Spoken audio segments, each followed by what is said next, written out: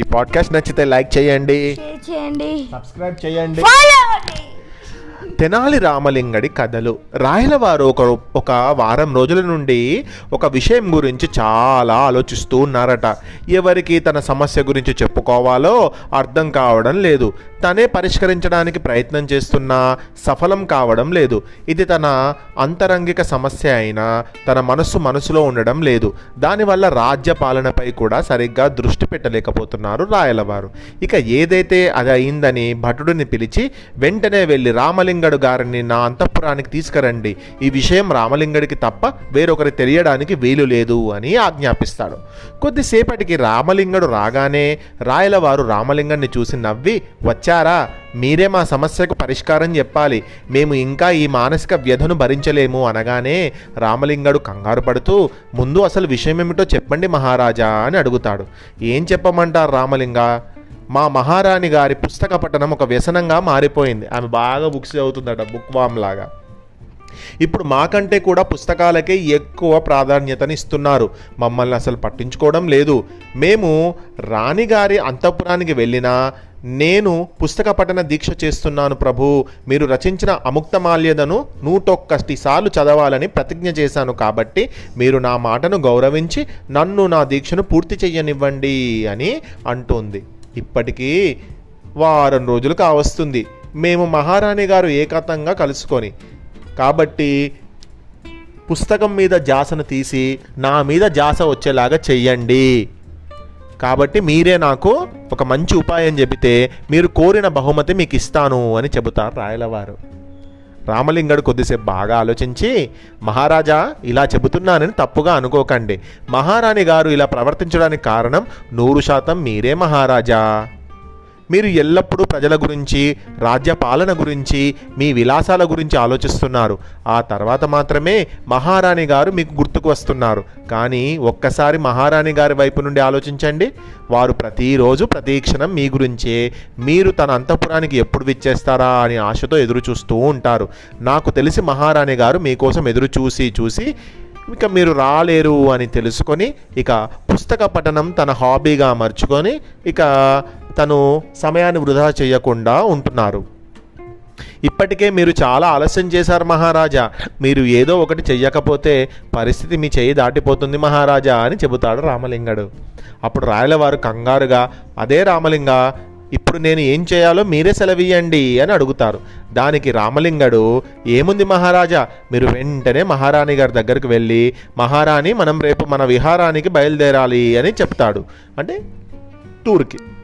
మీ దీక్షను భగ్నం చేయను, కానీ అది పూర్తవడానికి నా వంతు సహాయం నేను చేస్తాను అని రాణిగారితో కలిసి పుస్తక పఠనం చేయండి. తర్వాత పూలను రాణిగారికి ఇస్తూ 1 నెలకు ఒకసారైనా మనము కలిసి ఇలా టూర్స్కి వెళ్ళాలి అని చెప్పండి. వారంలో ఒక రోజు ఇలా ఇద్దరం కలిసి మనకిష్టమైన పుస్తకాలు మనం కలిసి చదువుదాం అని ఇంకా మహారాణి గారికి ఇష్టమైన మాటలు కొన్ని చెప్పండి మహారాజా. అప్పుడు మహారాణి గారు చాలా సంతోషపడి మీతో వన విహారానికి రావడానికి అంగీకరిస్తారు. ఇక ఆలస్యం చేయకుండా ఇప్పుడే వెళ్ళి మహారాణి గారికి ఈ మాటలు చెప్పండి. ఖచ్చితంగా రేపు మీరు నాతో సంతోషంగా మాట్లాడతారని. ఇక నేను వెళ్ళనా మహారాజా అని అనుమతి తీసుకొని రామలింగడు తన ఇంటికి వెళ్ళిపోతాడు. వెంటనే రాయలవారు రాణిగారి అంతఃపురానికి వెళ్ళి తన మనసులోని మాటలన్నీ చెప్పగానే మహారాణి సంతోషంతో వన విహారానికి రాయలవారితో కలిసి వెళ్ళడానికి ఒప్పుకుంటుంది. తర్వాత రోజు రాయలవారు రామలింగడితో, మీరు చెప్పిన ఉపాయం ఫలించింది అని సంతోషంగా చెప్పి, మీకు ఏం కావాలో చెప్పండి రామలింగ అని అడుగుతారు. నాకు బహుమతులు ఏమీ వద్దు మహారాజా, కానీ మీరు ఒక పని చెయ్యాలి. మీరు మన విజయనగరంలోని ప్రజలందరూ కూడా వారానికి ఒక రోజు తప్పనిసరిగా తమ కుటుంబంతో సంతోషంగా గడపాలి అని శాసనం చెయ్యండి మహారాజా. దానితో మీరే కాదు మీ ప్రజలు కూడా సంతోషంగా ఉంటారు అని రామలింగడు అడుగుతాడు. రాయలవారు ఒకసారి రామలింగాన్ని చూసి నవ్వి, అలాగే తప్పకుండా రేపు మేము మహారాణితో కలిసి ఈ శాసనం చేస్తాము. శాసనం అంటే ఒక రూల్ అన్నట్టు.